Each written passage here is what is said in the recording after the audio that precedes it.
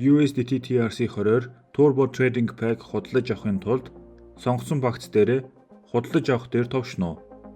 Төлбөрийн арга сонгох цонх нэгдэнэ. Боломжит төлбөрийн аргуудаас USDT TRC20-ыг сонгоно. Төлбөрийн арга сонгосны дараа баталгаажуулахын тулд бүгдийг хүлээн зөвшөөрөх дээр дараа нь худалдаж авах дээр товшно. QR кодтой төлбөрийн цонх нээгдэнэ. Яг заасан дүнг заасан хитвч рүү шилжүүлнэ.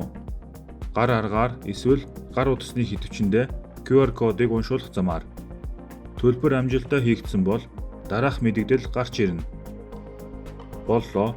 Та Turbo Trading Pack бүтээгдэхүүний төлбөрийг USDT TRC20-оор амжилттай хийлээ.